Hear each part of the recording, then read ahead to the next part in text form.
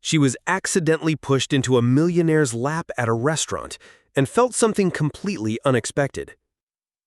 Restaurant Aria, a hidden gem in the heart of Manhattan, shimmered beneath warm golden lights. Crystal glasses dangled like stars above white marble walls, refracting soft rainbows across the room. Inside, executives in tailored suits and socialites in silk whispered over aged wine, unaware that destiny was about to stage a rather comedic performance in the middle of their elegant evening. Mia Petrova weaved through the tables with surprising speed. At 23, she was a diligent waitress at Aria. Though often scolded by Chef Henry for her clumsiness, Mia was the only server who could make even the pickiest guest crack a smile. With her fresh face, loosely tied brown hair, bright hazel eyes, and a genuine smile that seemed to radiate its own light, she wasn't the most glamorous presence in the room, but she was the most unforgettable. Lobster with butter sauce for table 8, grilled wagyu for table 12, and, oh no, what was table 16 again? She muttered, trying to steady the steaming tray in her hands. A single bead of sweat rolled down her brow. Her black apron bore a small, stubborn tomato sauce stain she'd been hiding with a folded napkin all evening. No time to worry about that now. She stepped into the center of the dining room, the brightest, most visible part, just as fate decided to play its little trick. Leo, her childhood best friend and fellow waiter, burst out of the kitchen holding a bottle of 1997 Barolo, one of Aria's rarest. "Coming through!" he shouted, his eyes fixed on the label, mumbling the steps Chef Henry had drilled into him for serving wine to VIPs. "Leo, watch out!" another waiter yelled, but it was too late. In one breathtaking second, Leo dodged the tower of crystal glasses but failed to see Mia directly in his path. Crash! The sound of impact cracked through the restaurant like thunder. Mia flew off the ground like a rag doll, her tray soaring into the air like confetti. Lobster tails streaked across the room like shooting stars. Butter sauce splattered mid-air, and Mia, frozen in time, landed squarely in the lap of Julian Croft, the man at table 16, the one whose order she had just forgotten. Julian Croft, 30, CEO of Croft Ventures, sat alone, reviewing contracts on a tablet. Jet black hair was combed back flawlessly, a navy suit uncreased, eyes sharp and cold, brows furrowed in intense focus, a man not used to surprises. His Patek Philippe watch glinted beneath his crisp white sleeve, and now, nestled in his lap, was a stunned waitress smelling faintly of melted butter and lemon zest. His entire world, a universe of order and control, had just been spectacularly disrupted. Mia opened her eyes. She felt firm, strong hands wrapped around her waist, holding her steady, preventing her from crashing to the floor. She stammered, her mind a blank slate of panic. Julian stared straight at her, his cold gray eyes not angry, but filled with a profound, almost analytical surprise. In 30 years, he'd faced hostile takeovers and billion-dollar deals, but never had anyone literally fallen into his lap. The restaurant froze. Cutlery paused mid-air. All eyes turned to them. Mia's face flushed a deep, painful red. But it wasn't over yet. As if orchestrated by a master comedian, a single perfect strand of angel hair pasta rested gracefully across Julian's dark hair. Butter sauce trickled from his silk tie down onto his pristine white shirt. Mia's jaw dropped. "Oh my God," she whispered, and then, on pure instinct, she tried to stand, but her foot caught the leg of the chair. Her hand flailed, reaching for the nearest support, which happened to be Julian's tie, pulling him forward once again. They were now closer, much closer. Eye to eye, face to face, her breath mingling with his. Amidst the silent, gaping audience, the two of them just stared at each other as if time itself had stopped. And that was the exact moment fate decided their story would begin. Emily couldn't quite remember how she managed to pull herself out of Nathan's lap. She only recalled untangling her hand from his tie, spinning on her heels, and practically sprinting back into the kitchen where Marco stood frozen, looking like he'd seen a ghost. She wanted to disappear, to burrow into the earth and not come out for a week. Meanwhile, Julian remained seated at table 16, soaked in butter, his tie askew, his once crisp white shirt now a modern art piece of lemon sauce and seafood. Other waiters quickly swooped in like a well-trained emergency crew, replacing dishes, offering towels, apologizing profusely. Julian, however, barely seemed to notice them. His cold demeanor had been replaced by a quiet, thoughtful contemplation. He looked up and a small, almost imperceptible smile touched his lips, the first genuine smile anyone in the restaurant had ever seen from him. Then he said something that nearly made the floor manager drop her notepad. "I want that girl to come back." The manager blinked, flustered. "You mean the waitress, sir?" Julian nodded, his gaze fixed on the swinging kitchen door through which Mia had vanished. "Yes, Mia Petrova. I'd like to speak with her."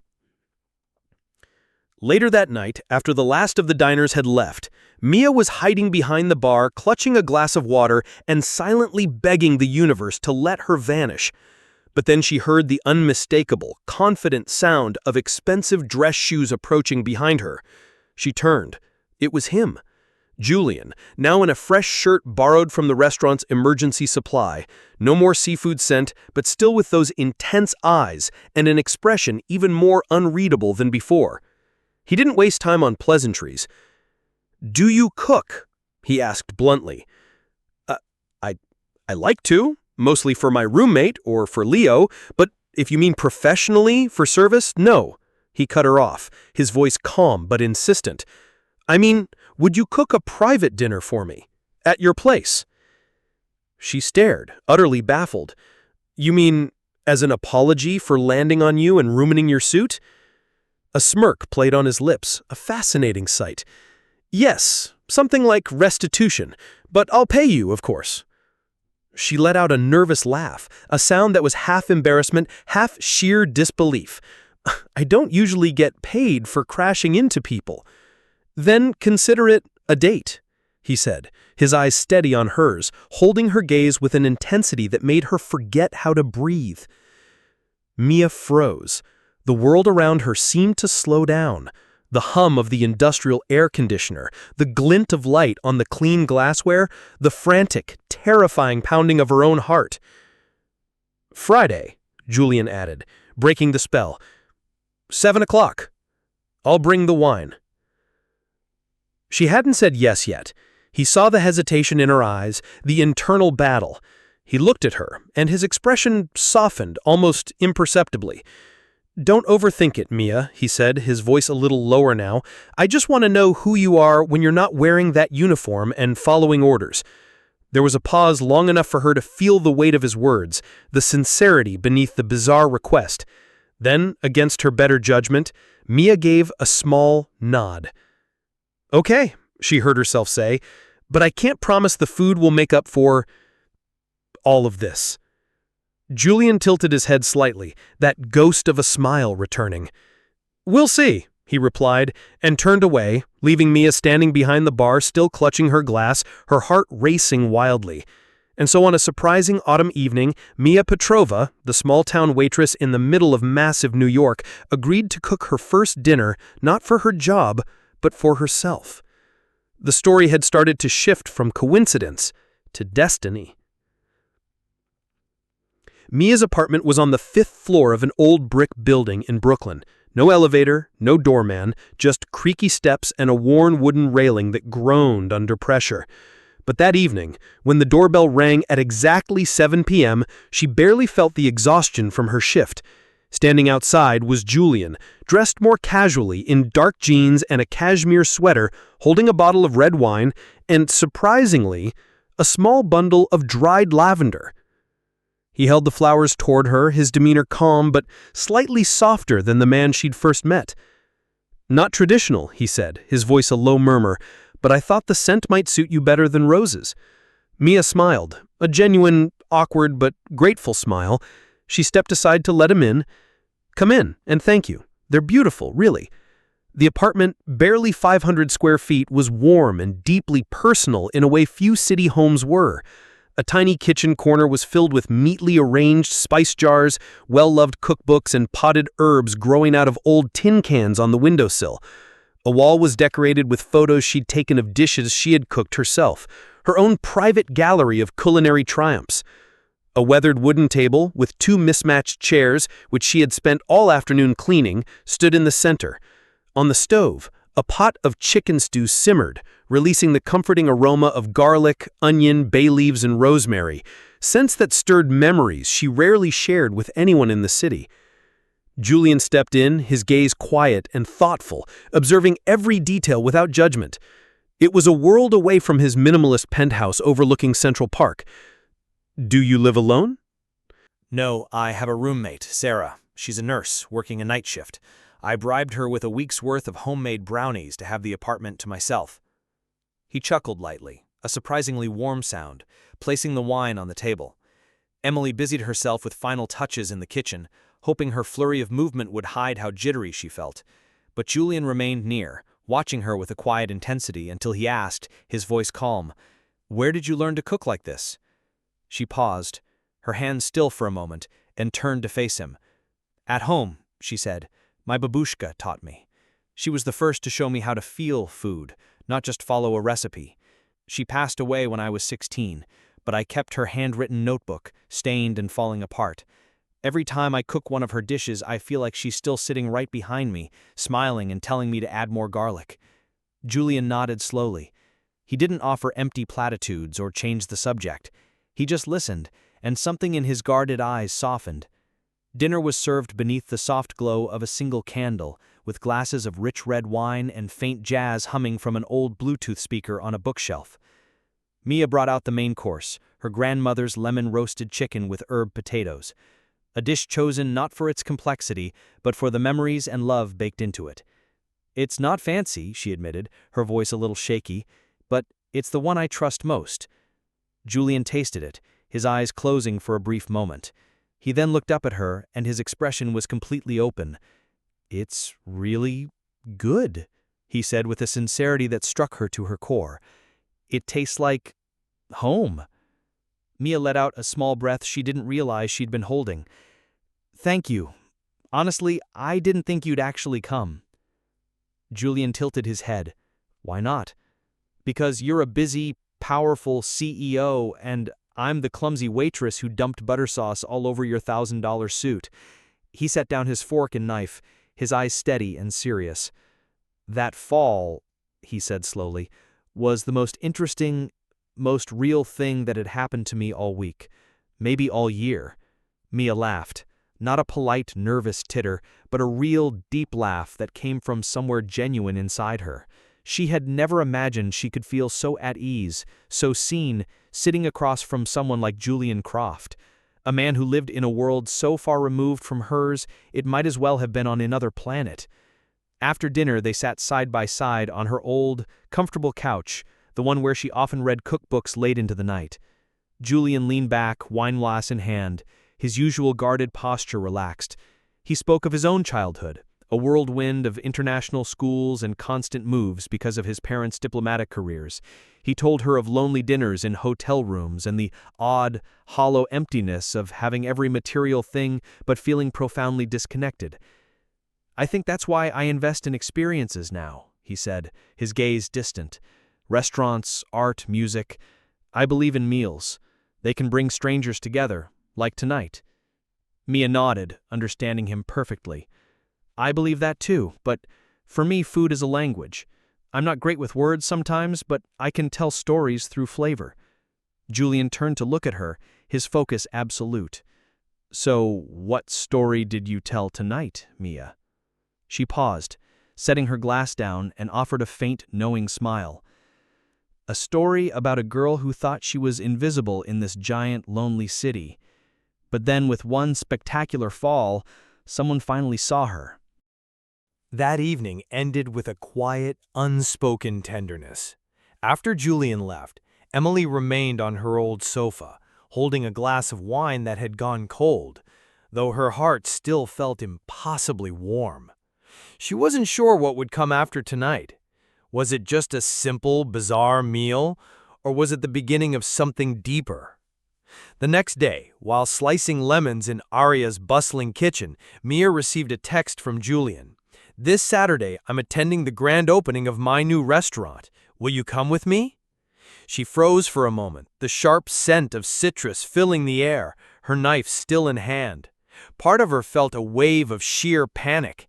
It was a major event, filled with press, investors, and high society. But another part of her, a braver part she was just getting to know, saw it as a chance to step beyond her comfort zone, to find out if the spark between them was real or just a fantasy that could only exist in the quiet intimacy of her Brooklyn apartment. She didn't take long to reply, "Yes, I'll go." And just like that, from a small kitchen where everything was safe and familiar, Mia Petrova was about to step into a world of flashbulbs, designer gowns, champagne, and the sharp, judging eyes of a class she had never imagined facing. The dress Mia wore that evening was borrowed from her roommate, Sarah. It wasn't glamorous or designer, but it was a classic, elegant black dress that fit her perfectly. Simple, understated, just like her. She stared at her reflection, slightly disoriented by what she saw. Not the waitress rushing through a hot kitchen, but a woman about to step into a world she had never imagined belonging to. Julian arrived in a sleek black car, dressed in a charcoal suit tailored to perfection. He stepped out and opened the door for her as if it were the most natural thing in the world. "You look beautiful, Mia," he said simply. But the way his eyes lingered on her said more than words ever could. Mia smiled and nodded, her heart pounding a messy, chaotic rhythm against her ribs. The event was held at the grand opening of Ember, a new fine dining restaurant backed by Croft Ventures. The space was a dazzling showcase of modern art and architectural ambition, filled with celebrity chefs, food critics, investors, and far too many faces Mia had only ever seen on magazine covers. As Julian took her hand and led her into the chandelier-lit venue, she felt the shift in atmosphere immediately. She felt the glances from strangers, saw the polite but distant smiles, and felt the subtle weight of curiosity and judgment. She wasn't one of them, and everyone in the room could see it. Julian, calm as ever, placed a gentle, reassuring hand on the small of her back. His touch was a silent promise. "I'm here." Mia took a deep breath and walked steadily by his side, her head held high, not avoiding eye contact, not shrinking into the background. She didn't need to pretend to be anyone else. She just had to be herself. Then came the voice, sweet but sharp like broken glass. "Oh, Julian, darling, and you must be Mia." Mia turned. Standing before her was a tall, stunningly beautiful blonde woman with deep red lips and an elegant smile that didn't quite reach her cold, calculating eyes. She needed no introduction. Mia knew immediately. This was Elara Vance, Julian's notoriously ambitious ex-fiancée. "Lovely to finally meet you. Julian has developed such simple tastes lately. I suppose he's enjoying comfort food these days." Mia held her smile, her composure steady, not strained. "Yes, I work at Aria. It's an honor to be part of a team that values hard work and passion." "And you are enjoying life, I assume?" Elara's perfect smile flickered for a fraction of a second, but she quickly recovered. "I always do, dear." "I can tell," Mia replied gently, meeting her gaze without flinching. "Thank you for stopping by to say hello. I'll be sure to remember this moment." Before Elara could formulate another thinly veiled insult, Julian stepped in, positioning himself firmly between the two women. His presence was a silent, immovable wall. "Elara," he said, his voice quiet but firm, "we're having a lovely evening. I hope you are too." Elara offered a tight-lipped smile and retreated, a cloud of expensive perfume lingering in her wake, along with the tension she had tried so desperately to create. Mia didn't say anything. She simply looked at Julian and gave him a small, grateful nod to say, "I'm fine." And she truly was. The laughter, the camera flashes, the casual conversations about European art markets, real estate in Dubai, and investment opportunities buzzed around Mia like background noise in a language she didn't fully speak. But she didn't retreat. She stood her ground, listened with genuine interest, smiled, and when asked, she spoke confidently about her work, her favorite dishes, and her profound belief in food as a universal language that connects people. Near the bar, Mia noticed an elderly woman sitting alone, observing the room with a glass of white wine. Her face was kind, her eyes clear and sharp, watching but not judging. "You must be Mia," she spoke before Mia could turn away. Her voice was warm and carried an air of quiet authority. "I'm Catherine, Julian's grandmother." Mia paused, a little surprised, but quickly smiled and nodded. "Yes, it's a pleasure to meet you, Mrs. Croft. Please, call me Catherine." She studied Mia with a quiet intensity. Julian rarely brings anyone to events like this, especially not someone who makes him smile without realizing it. "With you? I think he sees something most people in this room have long forgotten." Before Mia could reply, the older woman added, "You know, at my age, I've stopped caring what people wear or what they do for a living. I pay attention to how they walk into a room full of sharks. And you, my dear, you walked in without lowering your head. I like that." For the first time all night, Mia felt a weight lift from her chest. Not because of the compliment, but because someone had truly seen her. Not the dress, not her job, but her spirit. As the evening came to a close, Julian gently took her hand and walked her out of the venue. The cool night breeze rustled her hair as the city pulsed around them. "You okay?" he asked softly, his eyes searching hers. Mia smiled, lifting her chin with a newfound confidence. "I'm fine, really." And though their worlds were still galaxies apart, tonight Mia had proved one thing, mostly to herself. She didn't need to belong to their world to be worthy of being there. A week after the grand opening, Emily received an official invitation from Julian, Sunday dinner with his family at their estate in the Hamptons. At first, she hesitated, not out of fear, but because she understood perfectly well that this wasn't just a dinner. It would be a test, an evaluation. The car drove them past bustling city blocks, then turned onto quiet, tree-lined roads where perfectly trimmed white fences guarded sprawling mansions. As the vehicle stopped in front of tall, imposing iron gates, Mia instinctively tightened her grip on Julian's hand. He gently squeezed back without saying a word, but his eyes told her everything. He knew this wasn't an easy door for her to walk through. The house was large, elegant, and breathtakingly cold. They stepped into a grand marble foyer under the soft but unforgiving glow of a massive crystal chandelier. Catherine, Julian's grandmother and Mia's only ally, was the first to greet them. "You're here," she smiled warmly, taking Mia's hand in both of hers. "Don't you worry about a thing, my dear. Dinner is just an excuse for my daughter to play chess. I'm here." Mia squeezed her hand gently and smiled in return, profoundly grateful for her presence. The dining room was perfectly set, every detail arranged with intimidating precision. Most of the family had already arrived. Julian's mother, Eleanor, tall, slender, adorned in pearls and with eyes as sharp and cold as a surgeon's blade. Uncle David, Julian's father's younger brother, quiet but intensely observant. And two well-dressed female cousins who looked at Mia as if she was a fascinating but ultimately flawed case study to be evaluated and dismissed. The questions began as early as the appetizer. "So, Mia, you work at Aria, correct? Where did you study the culinary arts?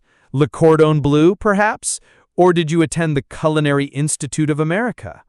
"No, ma'am. I learned from my grandmother. She taught me to cook by feeling, by instinct. I've always believed that the best food comes more from the heart than from a certificate." The first cousin, a woman named Isabella, let out a soft, condescending laugh. "So by emotion? That sounds very artistic and unreliable."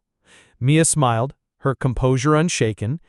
"I believe food is an art, and emotion is an essential ingredient, just like in music. One doesn't need a conservatory degree to play a guitar in a way that truly moves someone's soul." Eleanor raised a perfectly sculpted eyebrow. "But sometimes, my dear, reason and pedigree must outweigh emotion, especially when my son is expected to lead a multi-billion-dollar corporation where there is absolutely no room for romance or sentimentality." At that, Julian calmly set down his silver utensils and looked directly at his mother. His voice was quiet, but carried the unmistakable weight of command.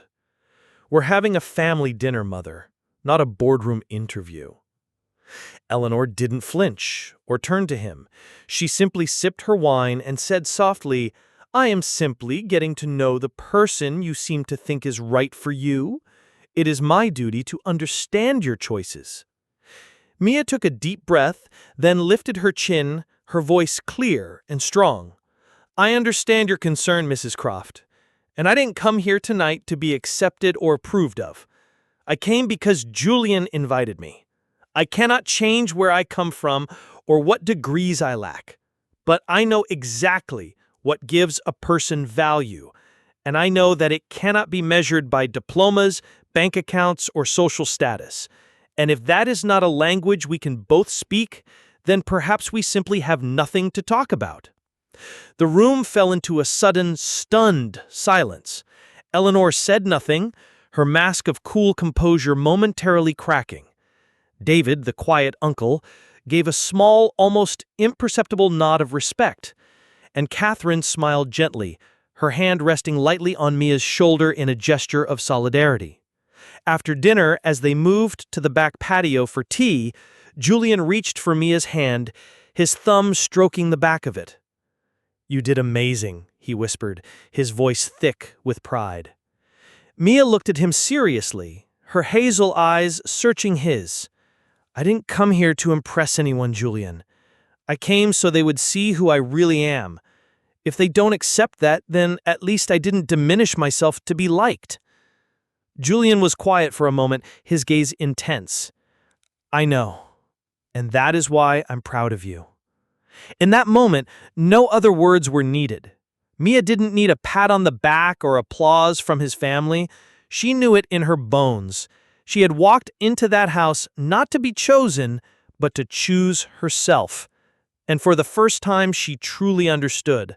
Loving someone doesn't mean stepping into their world and trying to survive.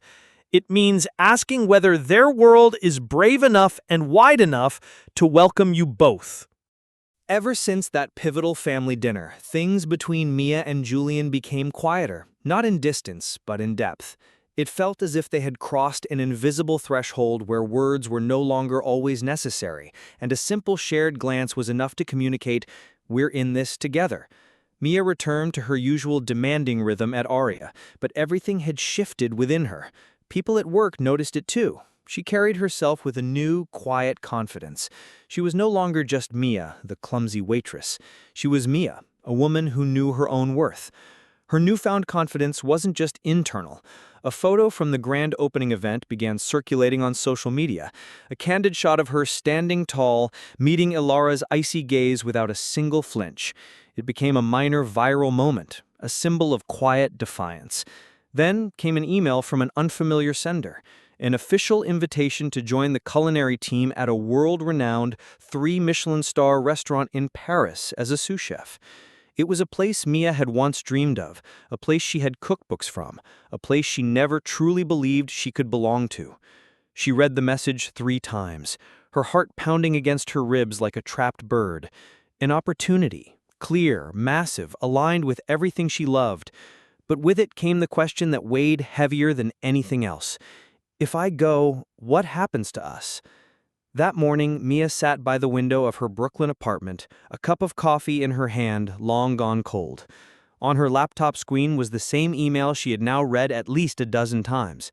The words hadn't changed.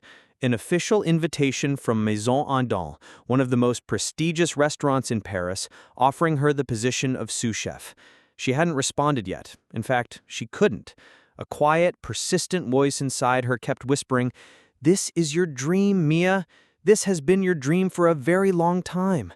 She thought of the evenings spent in her grandmother's tiny kitchen, the scent of garlic and dill filling the air, where she first learned how to slice onions without crying, how to taste a sauce not just with her tongue, but with her heart. Maison Ardent was once a distant, mythical name to her, a star in the culinary sky she dared only to look at, not to reach for. And now, when that star had finally fallen into her lap, she found herself unable to breathe, because the dream had arrived just when she had found something she never even knew she was looking for, a love that made her want to stay. She chose a quiet cafe near the park for their conversation, the same cafe they'd sat many times before, with its familiar worn wooden chairs and the gentle breeze that always carried the scent of roasted beans and autumn air. Julian arrived as calm as always, but she could see the tension in his shoulders, the quiet knowledge that this was not just another coffee date. When they sat down, Mia knew she couldn't dance around it. She reached across the table and held his hand for a brief second before pulling away and placing both of her hands on the table between them, as if to anchor herself. "I got an offer," she said, her voice barely above a whisper, "to be a sous chef in Paris." Julian didn't react immediately. There was a short, heavy silence before he looked at her and asked slowly, "Maison Ardent?" She nodded, unable to speak. He leaned back in his chair, his eyes lifted to the gray, unforgiving New York sky. Then he smiled.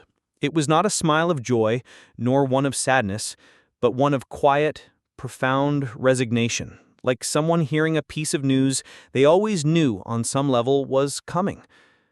"I always knew you weren't meant to stay in one place, Mia.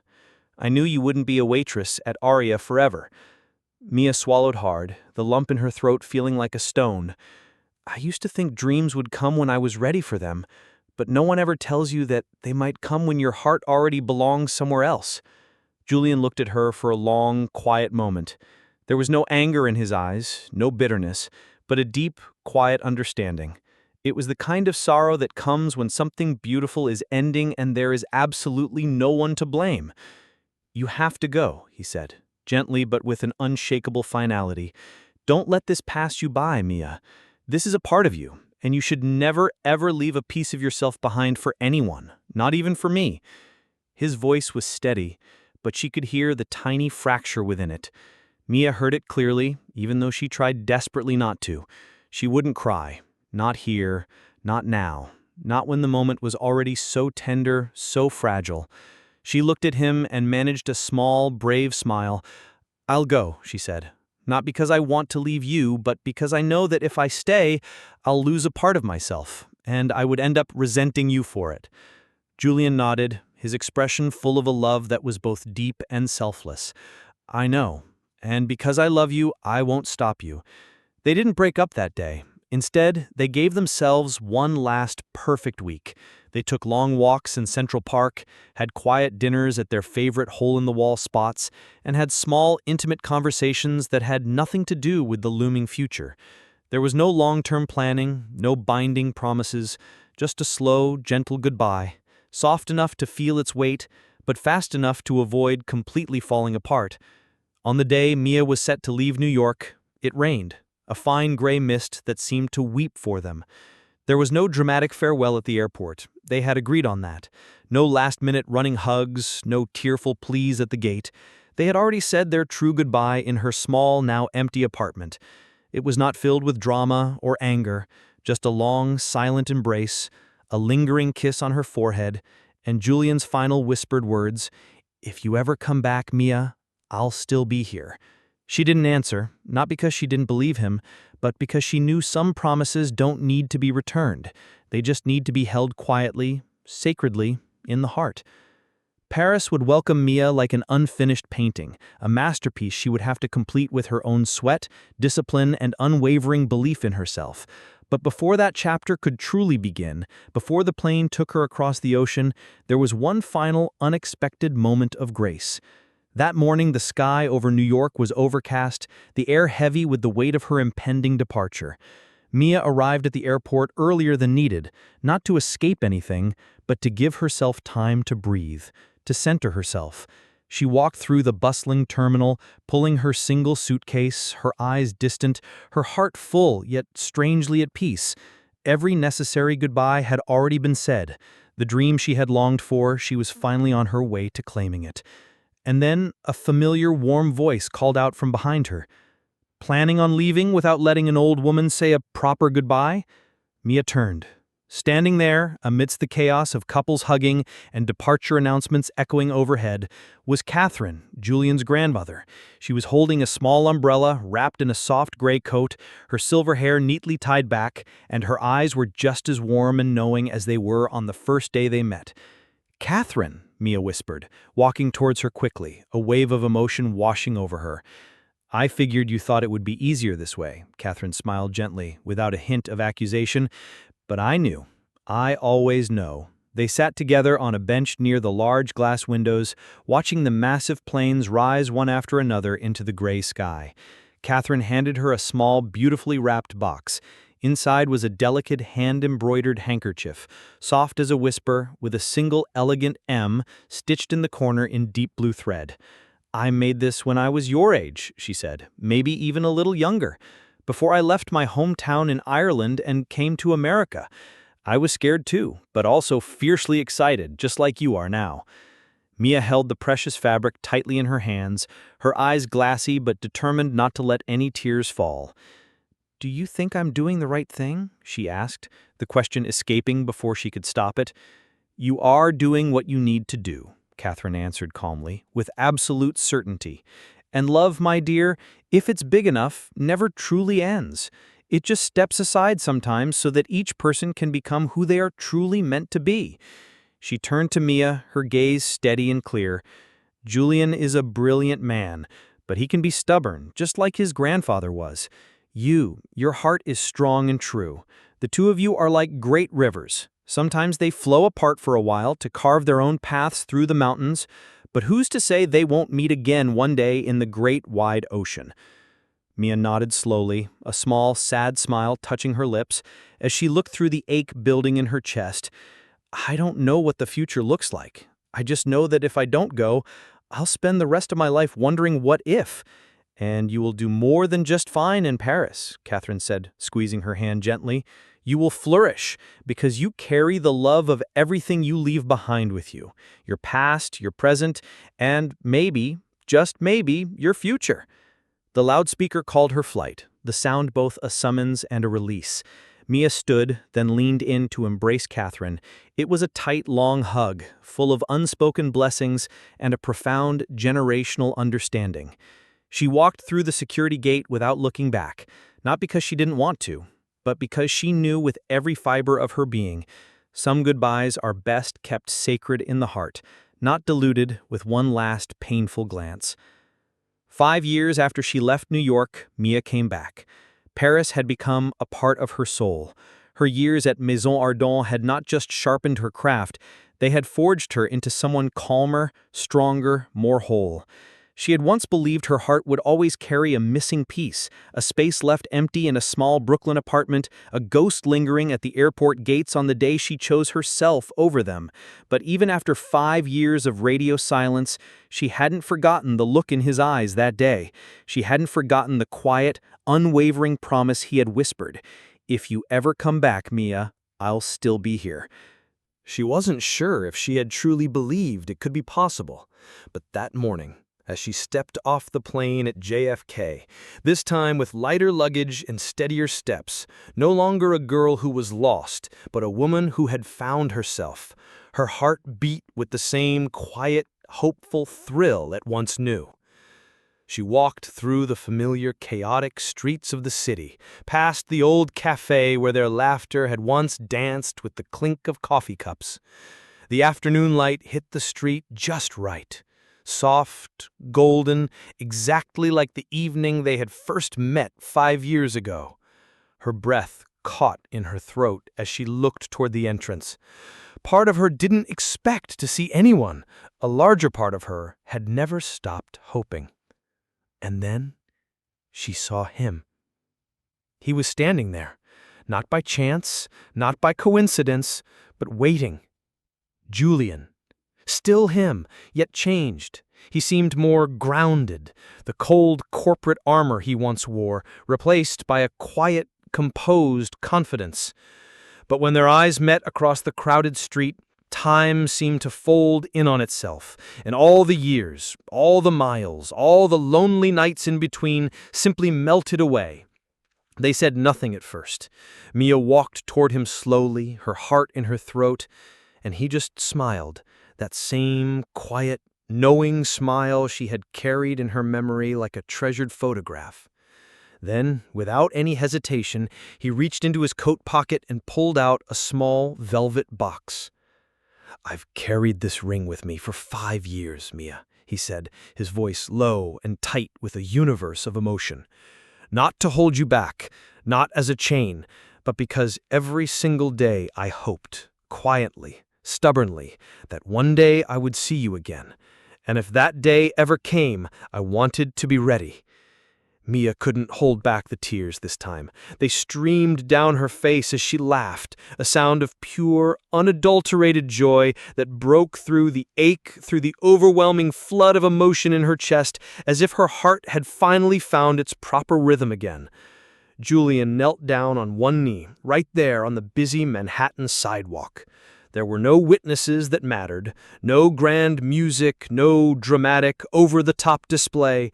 There was just one man, one woman, and one quiet, earnest question that had waited 5 years to be asked. "This time, Mia Petrova," he said, his voice thick with love, "would you like to stay forever?" Mia nodded, unable to speak through her happy tears. There was no hesitation, no doubts, no what-ifs.